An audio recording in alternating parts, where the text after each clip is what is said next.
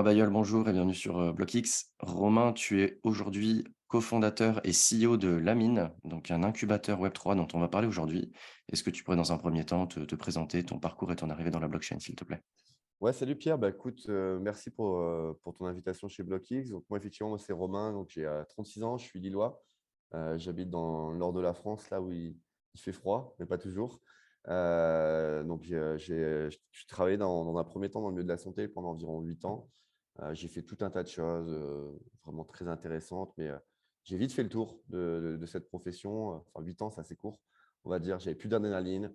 Puis surtout, je voyais le système de la santé qui progressivement décliner.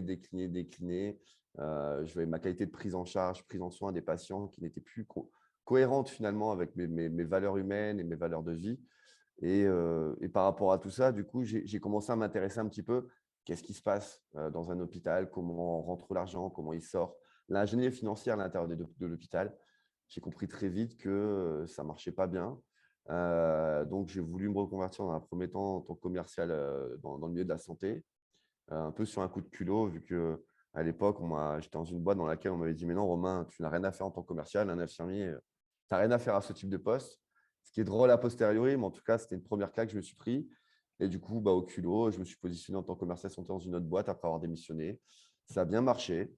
Et puis, c'est là, à un moment donné, où j'ai commencé à m'intéresser un peu plus en détail. Je faisais déjà du trading depuis il y a quelques années sur des biotech. Bon, étant dans le milieu de la santé, j'aime bien forcément tout ce qui est biotechnologie, mais pas que, aussi des small caps, etc. Et puis, je vois le Bitcoin arriver sur mon radar. Et là, je dis: «Waouh, c'est quoi ce truc?» Et là, j'étais avec des grands yeux, un peu comme la première fois où j'ai eu Internet sur mon ordinateur. J'étais gamin, il y a plus de 20 ans. Je vois Internet qui s'allume et là, je vois: «Waouh, j'ai un ordinateur qui est connecté à d'autres choses». Et là, je vois pareil. Je me dis: «Tiens, on a une monnaie avec la supply qui est finie. On a vraiment quelque chose qui n'appartient pas aux États, où il n'y a pas de tiers de confiance. Il n'y a personne qui peut manipuler ça, qui peut prendre la main dessus vraiment». Enfin, encore que ça reste à débattre a posteriori, mais en tout cas, c'était mon image un peu naïve au départ. Et je me dis: «C'est génial ce truc-là». Et puis, le hasard de la vie fait que, à un moment donné, on me propose de rentrer sur un projet crypto, donc directeur commercial. Et moi, je suis un homme de challenge, donc je dis oui. Donc, je bossais pas mal. Je bossais la journée, plus le soir et le week-end. Donc, je m'arrêtais jamais.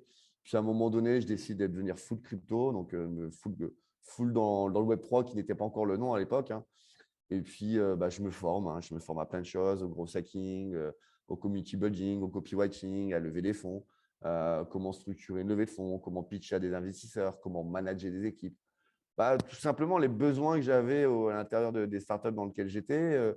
Quand tu es salarié, tu dis: «Il y a un problème, qu'est-ce qu'elle peut faire Chantal? Elle ne peut rien faire. Qu'est-ce qu'il peut faire Jean-Philippe? Il ne peut rien faire». Quand tu es en startup, tu n'as pas le choix. Tu es obligé de trouver des solutions et tu es obligé de travailler vite, efficacement, d'utiliser des outils de gros hacking pour automatiser certaines choses. Tu es obligé d'améliorer tes taux de conversion d'email. Enfin, tu es obligé de toute façon de développer tes compétences. Tu n'as pas le choix. C'est l'urgence permanente. Donc, j'ai développé tout un tas de compétences et je me suis vraiment plu comment dire, à tout ça. Et puis, problématique, c'est que au niveau du managing, au niveau de la vision, je n'avais jamais trop l'impression finalement de pouvoir avoir mon mot à dire. Et c'est ça qui nous amène au mois de mai, où avec mon associé, on se décide au départ modestement dans une agence orientée Web3, côté plutôt growth, marketing, no code. On fait de la l'advisoring, du consulting gratuitement, juste pour vérifier que ce qu'on dit, ça vaut quelque chose. Et puis, ça valait quelque chose apparemment. Donc, on continue à avancer, avancer, jusqu'à cet été où par 3 reprises, on nous dit qu'on a un incubateur. Donc, la première fois, on n'écoute pas. Deuxième fois, on se dit: «Tiens, il y a un truc». Puis la troisième fois, on se dit: «Bon, OK, bon, là, ce n'est pas des blagues, on y va, on fonce». Et donc, notre société elle a été constituée officiellement donc au mois d'août. Aujourd'hui, on a 6 projets incubés. On a plusieurs levées de fonds aussi dans notre pipeline. Et puis on s'éclate, quoi. On fait de la formation dans des grandes écoles, on a des contacts aussi avec des grands comptes, tous les éduques sur ces sujets-là. On fait de la mise en relation, on fait des setups de levée de fonds, des audits de faisabilité de projet. Enfin bon, vraiment, voilà, on se marre beaucoup. Et nous, ce qui nous intéresse vraiment, avant tout, c'est tout ce qui est cas d'usage. La spéculation, nous, ça ne nous intéresse vraiment pas. Quand il y a eu l'affaire FTX, moi, j'ai tous les potes qui me disaient: «Ah, alors, Romain, c'est compliqué». Je dis: «Non, moi, j'ai jamais eu autant de business. Il n'y a jamais eu autant de projets qui build dans ce marché. Et Ouais. moi, je ne regarde pas mes wallets, quoi. Ça m'intéresse pas. Moi, ce qui m'intéresse, c'est qu'est-ce qu'on peut construire avec la blockchain, quel est l'intérêt des cas d'usage. Le reste, je veux dire, pour moi, c'est peu important finalement. Donc voilà un petit peu mon Yes. histoire de manière assez condensée. Donc je ne me suis pas réveillé un jour en arrachant ma blouse, en ouvrant mon wallet, en disant ça y est, je rentre dans le Web3, parce que c'est ce que les gens me demandent des fois et c'est assez drôle. Je leur dis non, voilà, déjà il y a ce qu'on appelle les soft skills.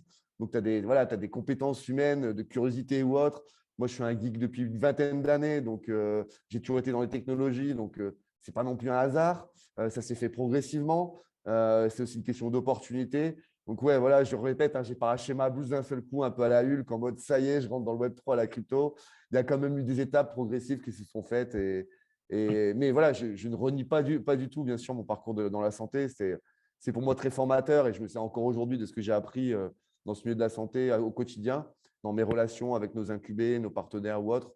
Il y a voilà, tout ce qui est empathie, etc. Ça sert encore évidemment.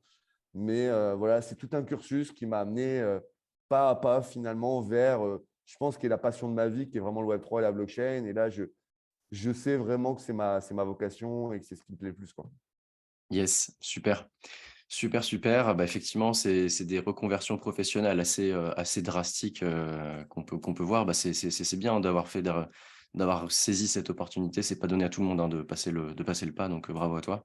Merci. La mine, incubateur Web3, avant de rentrer dans les spécificités un petit peu de ce que vous faites, est-ce que tu peux recontextualiser, qu'est-ce qu'un incubateur? C'est quoi son rôle, quoi, concrètement? Bah, justement, ça, c'est une grosse question parce que qu'est-ce qu'un incubateur aujourd'hui? J'ai presque envie de dire, on ne sait pas. Enfin, c'est qu'est-ce qu'on met derrière un incubateur? Tu as des incubateurs, en fait, c'est des accélérateurs. Il y a des incubateurs qui vont t'accompagner sur la levée de fonds. Il y en a, c'est juste un programme immobilier en mode, ben, en gros, tu as tes locaux, tu peux networker, tu peux aller jouer au baby-foot et boire de la bière, mais faire des événements, mais pas grand-chose de plus. Je veux dire, voilà, aujourd'hui, un incubateur, ça accompagne des projets dans leur développement, des startups. J'ai envie de dire, c'est un peu la seule définition assez globale. Le reste, tout le monde y met un peu ce qu'il veut.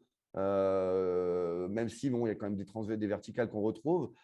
Nous, ce qu'on définit comme incubateur, en tout cas ce qu'est notre incubateur, c'est vraiment d'apporter de la valeur ajoutée, du conseil, de la mise en relation. C'est vraiment d'avoir une prise en charge vraiment individualisée de chaque porteur de projet, qui puisse être capable de se dire, qui peut nous envoyer un message quasiment tous les jours par rapport à une urgence, par rapport à un besoin, qui se sente épaulé dans sa recherche d'investisseurs, qui se sente épaulé aussi dans le setup de sa levée de fonds. Tu ne lèves pas 1 million d'euros en précide. Bon, ça c'est, je le dis en souriant, mais combien de fois on a rencontré des porteurs de projets ah ouais, ouais, bon, bah, moi je vais lancer des NFT, je vais faire 1 million de ventes en vendant 1000 NFT. Non, mon coco, tu te détends, tu t'assois. Ce que tu vois sur OpenSea ou dans les journaux, ce n'est pas la réalité. On ne fait pas 1 million comme ça. Mais ça fait partie aussi des challenges. Nous, vraiment, ce qu'on veut vraiment apporter, c'est de la valeur ajoutée, du conseil et de la mise en relation. Et voilà, c'est en mode, vous avez des problèmes, on a des solutions. Donc, notre définition à nous de l'incubateur, c'est vraiment, entre guillemets, du grand frère qui est là pour t'épauler, pour te conseiller, pour t'ouvrir des bonnes portes que toi, tu n'as pas forcément, pour t'ouvrir les bons réseaux, les bons partenaires, trouver les bons investisseurs, trouver les bons experts aussi. Parce qu'on sait très bien aujourd'hui qu'il y a beaucoup d'agences Web 2 plus 1. Donc, du jour au lendemain, on rajoute plus 1 et ça fait du Web 3. Je ne sais même pas ce Mmh. que c'est de minter un NFT, je ne sais même pas un floor price, mais je dis que je suis une agence Web 3. Malheureusement, ça existe de plus en plus. Je ne citerai personne, hein, ce n'est pas le but, on s'en fout. On n'est pas là pour la chasse aux sorcières. Mais l'idée, c'est nous aussi voilà, de pouvoir orienter vers des vrais experts, des vrais passionnés qui savent vraiment de quoi ils parlent. Donc pour nous, ce que c'est un incubateur, c'est un peu ça. C'est vraiment d'être présent au quotidien pour nos porteurs de projets et de faire en sorte qu'ils puissent avoir un taux de réussite qui soit le plus intéressant possible parce qu'on sait que 90% des startups en général, meurent au bout de 3 ans. Donc ça, c'est un chiffre qui est énorme. Quand on est Ouais. incubé, les incubateurs, les chiffres après varient, mais bon, on est plus sur entre 50 et 60% de taux de réussite selon les différents incubateurs. Nous, l'idée, c'est vraiment finalement d'être un hub du Web3.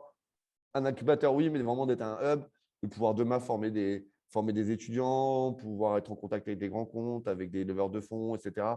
Finalement, de pouvoir articuler tout cet écosystème pour apporter une réelle valeur ajoutée.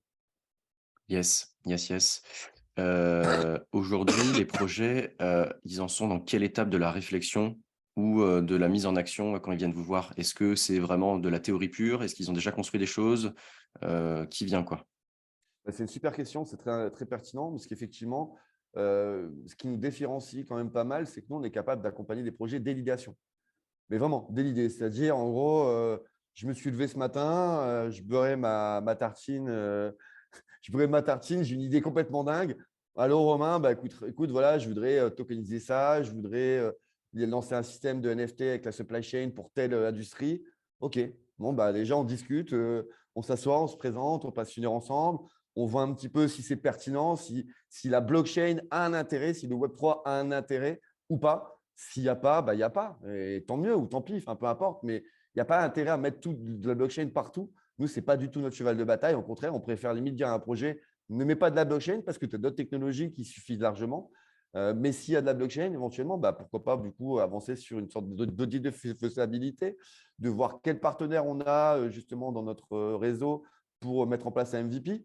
Parce que ça, c'est aussi une des chances qu'on a, enfin, une chance, c'est une chance qu'on mérite, hein, mais on est à la rencontre avec énormément d'agences diverses et variées, de porteurs de projets, et où aujourd'hui, on est capable de set up un MVP en quelques heures, tu vois, sur un système de NF X, Y ou Z en no-code.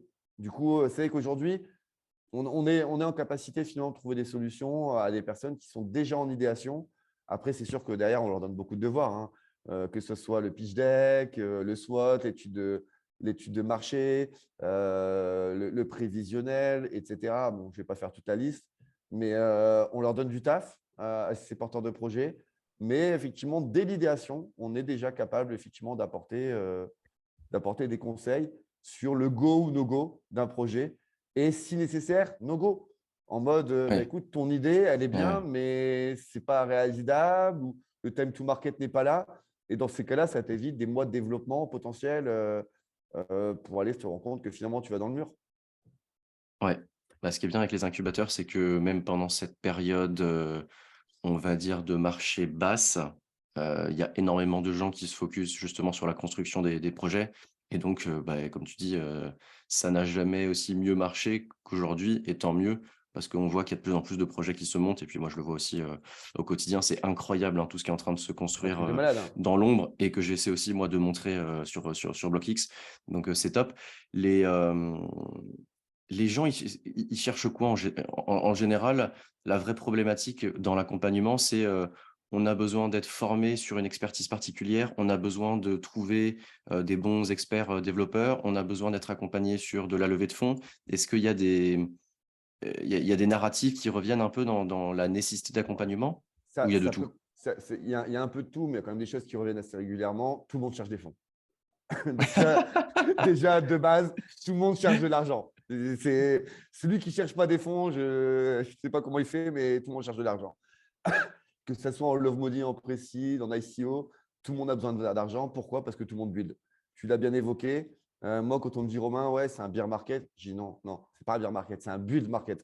Je n'ai jamais vu autant de projets se construire là, maintenant, qu'on verra certainement, en tout cas, je le souhaite, hein, qu'on verra éclore lors du bull market. Mais là, aujourd'hui, ça construit, ça construit, ça construit. Tout le monde cherche de l'argent. Tu as quand même beaucoup de. Enfin, ça dépend, mais tu as quand même pas mal de porteurs de projets où des fois, tu as des devs, tu vois, une belle équipe de devs, mais derrière, au niveau marketing, go-to-market, ça nage dans la semoule. Après, des fois, tu en as qui ont un parcours plus en digital, tout ça, et effectivement, ils n'ont pas la partie dev et ils aiment bien avoir des conseils pré-techniques, tu vois, pour au moins un peu avoir l'idée de combien va coûter le développement de leur solution technique. J'ai envie de dire, ça s'est varié, mais en gros, tu retrouves à peu près toujours la même chose. Tu vois, as souvent besoin d'une aide, tu vois, sur la partie administrative, entre guillemets, sur le pitch deck, le prévisionnel, etc. Sur l'UI et l'UX du site web, sur aussi développer la social proof, avoir un minimum d'abonnés sur les différents réseaux sociaux, faire un peu de community building, un peu de growth hacking. Tout ça, ça se retrouve assez clairement sur la plupart des projets, finalement.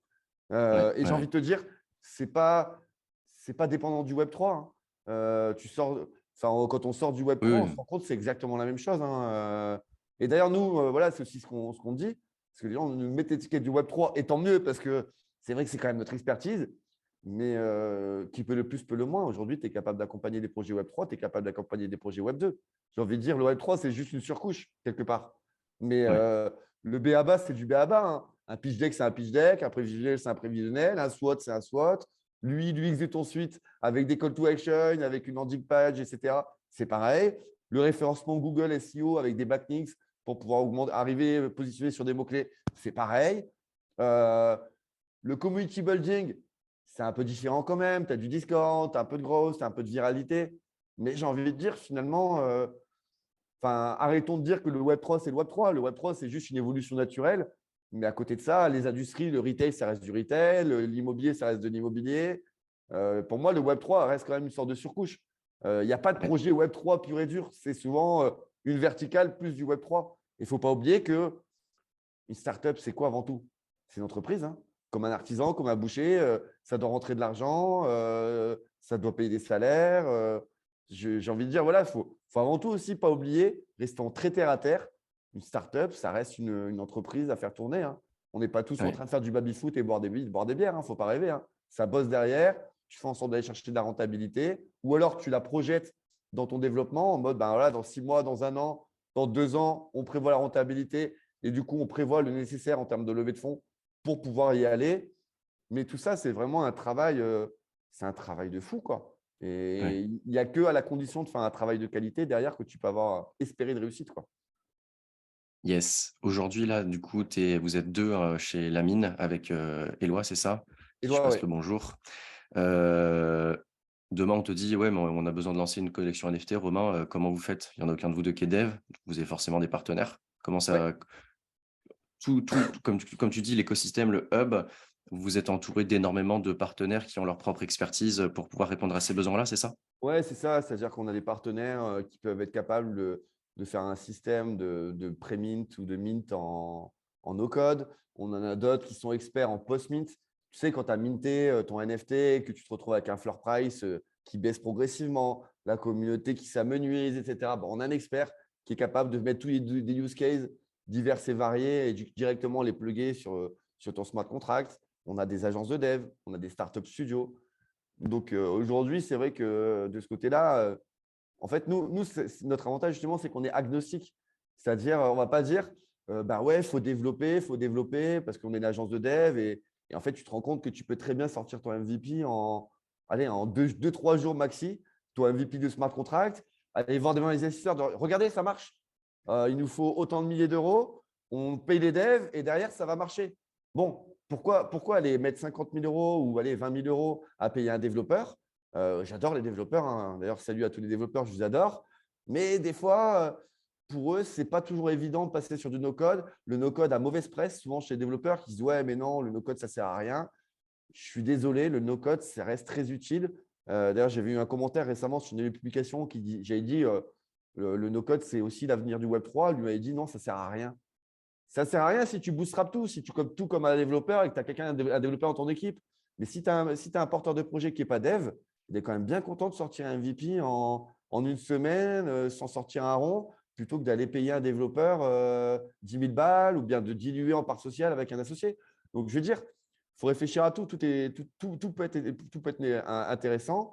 Et donc, effectivement, nous, en fonction du projet, on va pouvoir dispatcher en mode eh, tiens, mon coco, ce que tu fais là, ce n'est pas terrible. Au niveau de législation, peut-être qu'il y a du PSAN, même Ouais. certainement. Tiens, on va te faire rencontrer un avocat. Tiens, ton système de NFT, c'est pas mal. Par contre, on se demande si niveau propriété intellectuelle, etc., droit à l'image, c'est un peu border. Mmh. On te dit ça, fais ce que tu veux, mais tiens, va voir telle personne. On n'est pas expert comment dire, dans tout ce qui est légal, donc on n'est pas avocat, mais on connaît assez bien le marché pour se dire, voilà, ça vaut le coup d'aller demander un conseil.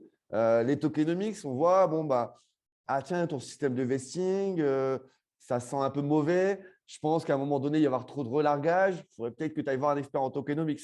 Tiens, voilà le contact. Tu vois, donc on est vraiment dans cette démarche-là où nous, on est, on va dire, assez 360 de la DeFi au métaverse, au NFT.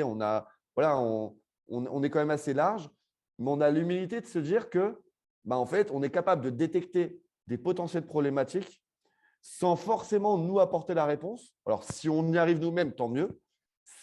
Sinon, si on a un doute, directement, on envoie vers quelqu'un qui fait que ça et qui va Ouais, pouvoir derrière driver ça et éviter d'aller dans le mur, quoi. ouais, ouais, ouais. Non, non, c'est clair. Super intéressant. Les enjeux aujourd'hui, selon toi, parce que bon, il y a maintenant dans la construction des projets, il y a à boire et à manger tellement il y a peu de choses donc tout le monde arrive assez facilement à arriver sur un segment pertinent et encore. Quels sont les gros freins? Est-ce que c'est, cette histoire de timing où parfois en fait, la techno elle est pas assez mature ou l'adoption n'est pas assez mature pour pouvoir répondre à ses besoins et que le business model fonctionne? Ou est-ce que c'est, la régulation qui est aujourd'hui encore un énorme frein? Ou les fonds, évidemment, tout le monde veut lever des fonds, mais là aujourd'hui, en période de marché basse, les VC, les BA et tout sont beaucoup plus prudents, on va dire. Quels sont les freins en 2022 là aujourd'hui, puis éventuellement, autant en dire 2023? Pour moi, il y a différents freins. Effectivement, le premier que tu as évoqué, je suis assez d'accord. Comment dire? Aujourd'hui, il y a un problématique au niveau de l'adoption. Alors, on a beaucoup de projets qui sont très bons au niveau technique. Le problème, c'est qu'ils parlent que de leur technique. On s'en fout. Moi, je dis toujours, Madame Michu, quand elle paye avec sa carte bleue, est-ce qu'elle se rend compte derrière de la technologie? Non. Ça répond à son besoin. Elle n'a pas de chéquier, elle n'a pas de pièce de monnaie. Elle veut juste quelque chose qui lui permet de payer rapidement. Point. Aujourd'hui, quand tu veux acheter un ticket de cinéma ou même un ticket dans un concert ou un ticket de match de foot, aujourd'hui, on est en plein, c'est à peine Coupe du Monde, parlons-en par exemple, le fait que tu aies des tickets qui puissent être falsifiables, etc., ça a généré des problématiques au Stade de France avec des émeutes, etc. Demain, tu es capable juste d'avoir un ticket en NFT, personne n'est au courant. En fait, personne n'a Mmh, besoin de le savoir. Tu as juste besoin d'une adresse mail, ça te crée une sorte de wallet on ramp. Tu as ton ticket NFT, du coup, qui est infalsifiable. Et derrière, dans 6 mois, dans 1 an, dans 2 ans, on te renvoie des mails réguliers et puis on t'explique qu'il y a MetaMask. Et au du coup, tu t'y intéresses et finalement, un jour, ton NFT qui n'en était pas un, parce que tu vois, sur une sorte de système centralisé, peut en devenir un. Ça, c'est ouais, intéressant. C'est pour ça que moi, j'utilise beaucoup, je parle beaucoup de Sorar, qui est pour moi un excellent exemple de projet mass market. Ils sont arrivés en mode, OK, les gars, c'est peut-être pas vraiment des NFT, on s'inscrit avec une adresse mail, c'est une sorte de carte de panier en ligne. Il y a plein de photos qui sont arrivés là-dedans. Et après, une fois qu'ils se sont intéressés à ça, ils se sont dit, bah, tiens, mais finalement, c'est quoi la décentralisation? C'est quoi un NFT? Ah, bah tiens, je vais explorer plus. Et du coup, ils se sont mis au NFT, ils se sont mis aux crypto-monnaies. Je pense que dans la communication des projets, il faut vraiment faire super attention entre ton produit, à quel bout de douleur il répond, et la technologie. La technologie, alors c'est bien pour lever des fonds, pour expliquer aux business ouais, angels s'ils comprennent ce dont tu parles, mais dans ta communication, pour toucher du mass market, il ne faut surtout pas en parler. Il faut juste expliquer ce que c'est. J'ai envie de dire, moi, il y a des projets c'est des projets NFT, mais qui n'en parlent même pas d'NFT. Dans leur wording, il n'y a même pas de NFT. Je pense que le secteur doit arriver à une certaine forme de maturité. On arrête de mettre du Web3, du NFT, du blockchain, de la crypto partout. Tu expliques juste ce que tu fais, à quoi ça répond comme besoin au marché. Point. Il n'y a pas besoin d'aller chercher plus compliqué. Donc pour moi, ça, c'est une des problématiques que je retrouve aujourd'hui sur le marché. Et puis effectivement, les fonds. Les fonds, mais encore, ce n'est pas forcément un problème. J'ai envie de dire, ce que je veux dire, c'est un peu dur, mais c'est Darwin, la sélection naturelle. Aujourd'hui, il y a de ça quelques temps, tu mettais NFT sur ton projet, tu recevais plusieurs centaines de milliers d'euros, tu pouvais faire du champagne avec tes copains, des baby-foot, aller aux événements à droite ou à gauche et faire le beau. Là, aujourd'hui, les porteurs de projets, ils se rendent compte que, ah ouais, faut un prévisionnel, il faut anticiper ses charges. C'est moins drôle que de recevoir un gros billet dans la poche juste en fanfaronnant. C'est moins drôle, mais c'est plus sérieux. Et tant mieux, quelque part, parce que du coup, il y a seuls les projets les plus fiables qui en émergent. Pareil, le beer market. Aujourd'hui, les seuls projets qui arrivent à survivre, c'est soit des personnes qui ont déjà des fonds propres et qui croient dans leur projet tellement fort qu'ils continuent à développer, ou alors qui ont réussi à lever assez de fonds qui ont une certaine forme de sérieux. J'ai envie de dire, c'est un peu dur ce que je veux dire, mais c'est une épuration naturelle. À chaque bear market, tu as eu ça. La seule différence dans ce bear market-là, c'est qu'effectivement, on a énormément de projets, on a une actualité qui est très dense avec FTX, j'en passe et des meilleurs, l'adoption du Bitcoin, des crypto-monnaies comme monnaie au Brésil. Donc, on est sur un bear market un peu bizarre, mais qui est quand même assez favorable au développement de projets, si tant est qu'il soit sérieux. Donc, aujourd'hui, je pense que c'est le moment pour des projets vraiment sérieux qui répondent à réelle problématique, un go-to-market qui est propre, de pouvoir émerger. Donc, des problématiques, il y en a, mais j'ai envie de te dire, si tu as un projet excellent, ce n'est pas un problème. Tu trouveras la solution. Ouais, ouais, ouais, non, c'est clair. C'est clair, c'est clair. Bon, on va arriver sur la fin, de l'interview, Romain. Juste, moi, petite dernière question. Aujourd'hui, vous êtes 2, projet quand même, assez ambitieux. Il y a pas mal de travail à faire. Comment vous envisagez un petit peu là 2023? Il va y avoir du recrutement, lever des fonds? Ouais, ouais, bah, le recrutement, déjà, c'est quasi sûr. On va devoir commencer à se staffer plus, que ça soit sur la partie investment, la partie marketing. Aujourd'hui, bah, tant mieux. On n'a quasiment pas, enfin, on n'a pas besoin de community managing, de marketing. Juste les publications sur mon propre compte LinkedIn, le bouche à oreille suffit amplement. Mais on se dit que ça pourrait être intéressant un jour aussi de commencer à se mettre un peu plus au marketing, etc. Donc, quoi qu'il arrive, oui, oui, on va se staffer progressivement. On avait vraiment voulu développer ça à deux. Tu vois, voilà, on se fait confiance absolue. Construire quelque chose qui soit déjà fiable, pérenne. On a déjà commencé à pu nous payer nos bureaux. On est déjà bien installé à Lille, du coup, dans Alora Technologies, qui est d'ailleurs le plus grand incubateur européen. On a pu commencer à s'acheter du matériel, etc. On va bientôt, d'ailleurs, acheter du matériel pour organiser nos propres lives. Donc, on va créer une sorte de studio complètement pour créer notre live. Donc, ça, je te le dis en exclusivité. Je l'avais dit nulle part ailleurs, mais bon, je te fais l'honneur de cette exclu. Donc, on va développer nos propres lives aussi. Donc, on va avoir besoin de se staffer. Là, pour l'instant, c'est les fêtes, on ne court pas non plus. Il y a des personnes qui nous ont sollicité pour rentrer chez nous, qui sont proposées naturellement. Donc, on a écouté un peu, on voit. Ça sera plus début 2023 pour maintenant. Et la levée de fonds, c'est un peu un marronnier. Ça fait des mois qu'on en parle. Alors, on n'y va pas. Comment on fait? Parce que nous, on ne veut pas lever pour lever. Ça ne sert à rien. Enfin, on le dit à nos incubés. On dit, mais ça ne sert à rien de lever des fonds si vous n'avez pas d'intérêt derrière. Donc, effectivement, notre intérêt, ce serait de scaler, éventuellement de se staffer. Mais est-ce qu'on ne peut pas bootstrapper? Est-ce que c'est un gros, gros marronnier chez nous? Donc, ça se peut que tu en entendes parler dans les mois à venir. Ça se peut que pas du tout. On n'arrive pas encore à se décider. Aujourd'hui, on arrive très bien à tourner sans lever les fonds. Pourquoi pas aller chercher de la subvention du public, du non dilutif? Pourquoi pas faire autrement? Voilà. Aujourd'hui, ce n'est pas une urgence pour nous d'aller lever les fonds. Si on le fait, clairement, c'est qu'il y a vraiment une vraie raison, que ça soit cadré, que les fonds vont servir à telle chose. Donc, c'est la seule condition pour laquelle on va faire une levée de fonds, c'est qu'elle est vraiment ultra pertinente et que derrière, il y a un espoir du coup de scalabilité, de faire plus de choses. Sinon, on n'en fera pas. Super, super, bah, merci pour ton temps et ton partage, Romain. À bientôt. Merci à toi, à très vite. Ciao, ciao.